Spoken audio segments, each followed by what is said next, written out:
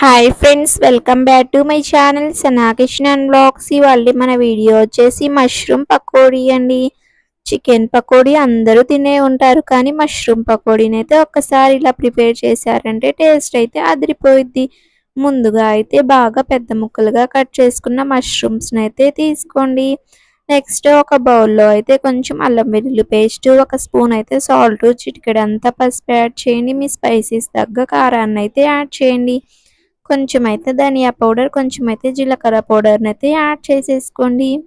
ఈ విధంగా మొత్తం మసాలాలన్నీ యాడ్ చేసుకున్న తర్వాత దీనిలోకి అయితే కట్ చేసుకున్న మష్రూమ్స్ని అయితే యాడ్ చేయండి. ఇప్పుడైతే బాగా దీన్నైతే ఈ విధంగా కలిపేసుకోండి.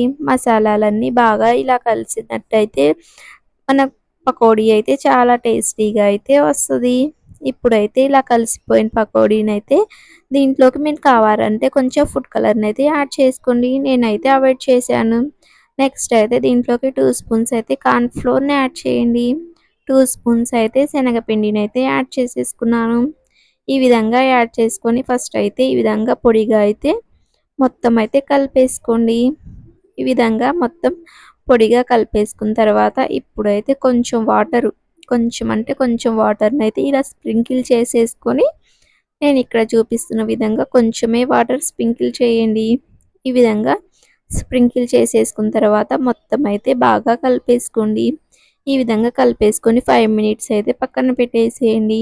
ఇప్పుడైతే ఆయిల్ అయితే బాగా డీప్ ఫ్రై అయిన ఆయిల్లోకి అయితే విడివిడిగా అయితే నేను ఇక్కడ చూపిస్తున్న విధంగా ఇలాగైతే వేసేసుకోండి. చాలా తక్కువ టైంలో టేస్టీగా అయితే చికెన్ తినని వాళ్ళ కోసం ఈ విధంగా అయితే మష్రూమ్ పకోడీని అయితే చేసి పెట్టండి. టేస్ట్ ఏమాత్రం చికెన్ పకోడీకి తక్కువ కాకుండా ఇంకొంచెం ఎక్కువే ఉండిద్ది. మీరు ఫస్ట్ సారి చేసిన ఈ పకోడీ అయితే మీకు బాగా అయితే నచ్చుతుంది. ఈ విధంగా బాగా అయితే ఫ్రై అయిపోయిన తర్వాత ఒక ప్లేట్లోకి యాడ్ చేసుకోండి. ఇదే విధంగా మనం చేసేసుకున్న మొత్తం మష్రూమ్స్ని అయితే ఈ విధంగా ఫ్రై చేసేసుకుందాం. ఇలా చేసేసుకున్న తర్వాత లాస్ట్కి అయితే ఇలా కొంచెం పిండి అయితే మిగిలిపోయిందిగా, ఇప్పుడైతే కొంచెం జీడిపప్పు, పొడవుగా కట్ చేసుకున్న పచ్చిమిర్చిని అయితే యాడ్ చేసుకోండి.